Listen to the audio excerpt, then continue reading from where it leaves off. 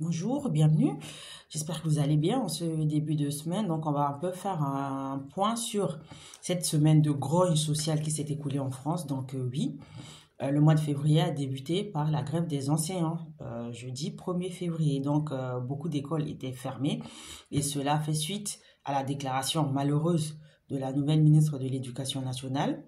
Donc, notamment sur la scolarisation de ses enfants dans le privé.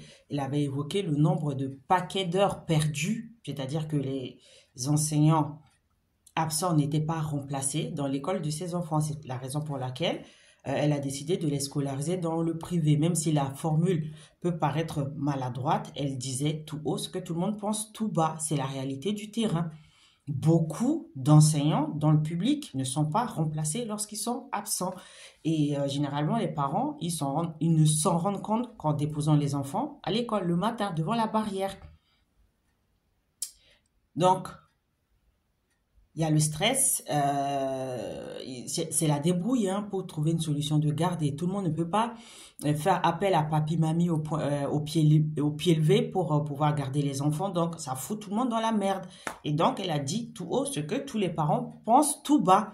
Et donc, cette phrase a suffi à déclencher la colère des principaux syndicats enseignants qui ont appelé à la grève jeudi et même demain. Normalement, il y a une grève qui est prévue, mais on n'en sait pas encore plus pour l'instant. Donc, beaucoup d'écoles étaient fermées et donc, globalement, les enseignants dénoncent leurs conditions de travail, les salaires trop bas, etc. Donc, même si cette colère, elle est légitime et qu'on la comprend aisément, il faut quand même mettre le doigt justement sur cette réalité des absences non remplacées dans les écoles publiques. C'est un fléau. Les chiffres montrent bien que la plupart des enseignants absents ne sont pas remplacés dans le public. Et donc, il faut s'attaquer au problème, à la base, à la racine.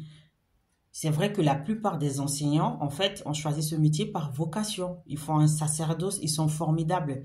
Mais il y a quand même une minorité qui profite de la situation. Parce que de toute façon, à mon avis, il n'y a pas de jour de carence. Parce que dans le privé, quand on s'absente, on a 3 jours de carence. Hein. C'est-à-dire que même quand on est en arrêt maladie, pendant les 3 premiers jours, on n'est pas payé, on n'a pas de salaire. Donc, à mon avis, on ne peut pas s'absenter tous les 2, 3 jours parce qu'à la fin du mois, on sent le poids sur la fiche de paye. Donc, certains enseignants en profitent de cette absence de jours de carence pour s'absenter. Moi, j'ai des exemples tous les 2 jours. Moi, je connais des enseignants, des écoles où des enseignants sont absents tous les 2, 3 jours. Ils sont absents. Ils sont malades pour un rhume, pour une grippe. Ils sont absents, ils ne sont pas remplacés. Donc, les conséquences, bah, les enfants, ça se ressent sur leur scolarité, sur leur niveau. Donc, c'est un problème sur lequel il faut mettre le doigt, sur lequel il faut agir. C'est peut-être pas la bonne manière de le dire ou de mettre les choses sur la table, mais il faut en parler. Il faut dire les choses comme elles sont. Donc, il y a quand même une minorité d'enseignants qui profitent du système pour s'absenter pour un oui, pour un non, au détriment de l'avenir des enfants dans le public. Et donc, ça explique pourquoi beaucoup de parents maintenant souhaitent mettre leurs enfants dans le privé, y compris les ministres, les fonctionnaires, enfin, ceux qui occupent des hautes fonctions publiques. Hein. Donc, c'est la débrouille, hein, et ça fout les parents dans la merde de se retrouver devant la barrière le matin à 8h30 et puis de trouver une solution de garde en sachant qu'on doit aller au travail, etc. Comment on fait pour trouver une nounou sous le coude? Donc, c'est le système D qui est en place et donc, effectivement, ça fait, voilà, CHIER. Donc, il faut mettre le doigt dessus et puis en parler, essayer de trouver des solutions hein, pour voir comment faire pour remplacer ces enseignants-là, surtout dans des zones où, justement, le niveau des élèves est quand même à déplorer. Et bon, ça, c'est un autre débat.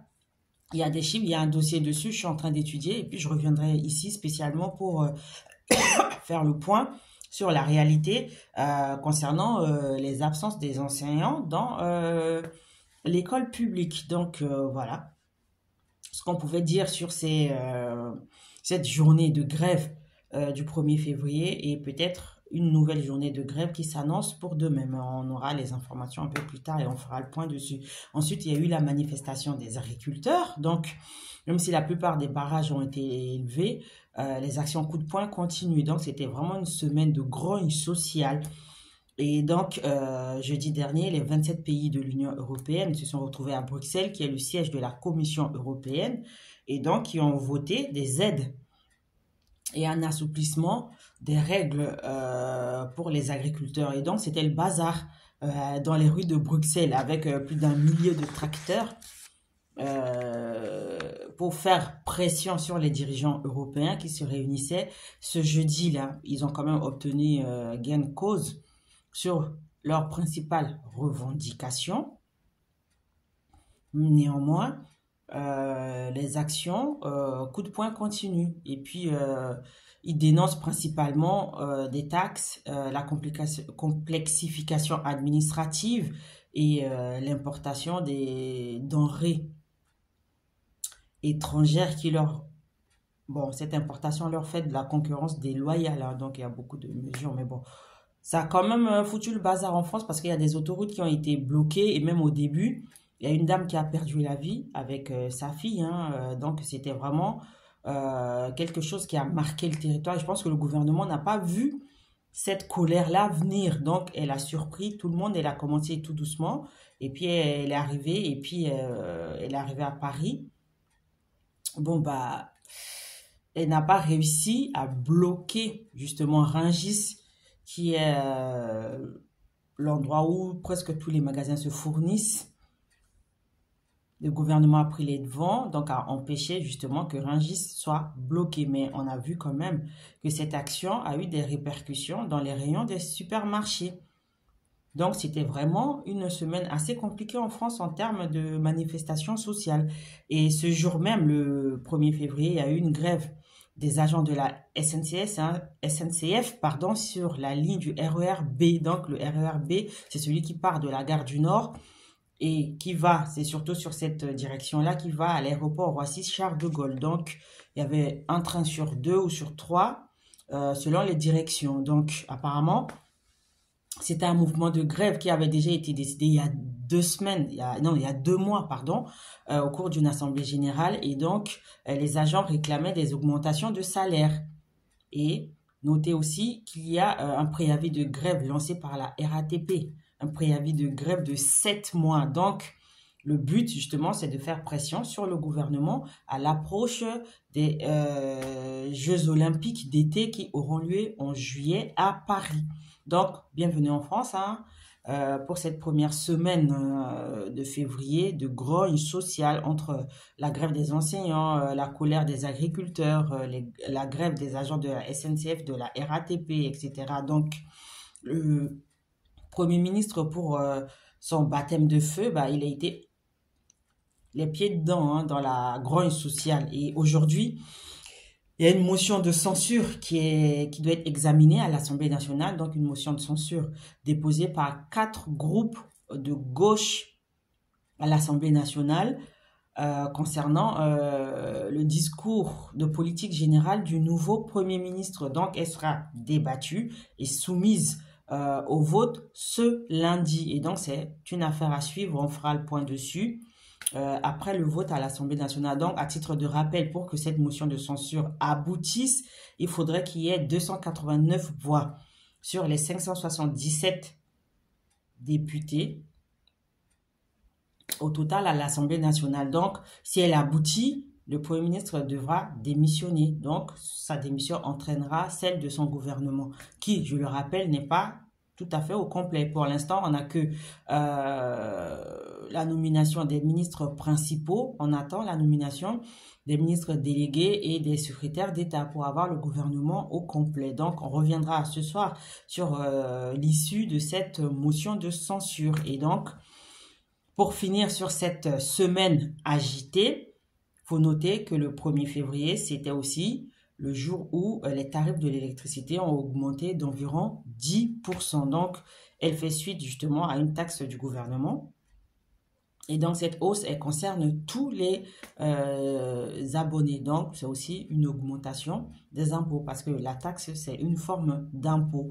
Et remarque, ça ne touche pas que la France parce qu'à Cuba, une hausse de plus de 500% est prévue sur l'essence, l'électricité et le gaz. Donc, je pense qu'on n'est pas les moins lotis en France, hein, mais bon, ça touche quand même le portefeuille en sachant qu'il y a encore une hausse du gaz qui arrive au mois de juillet. Donc, on n'a pas fini avec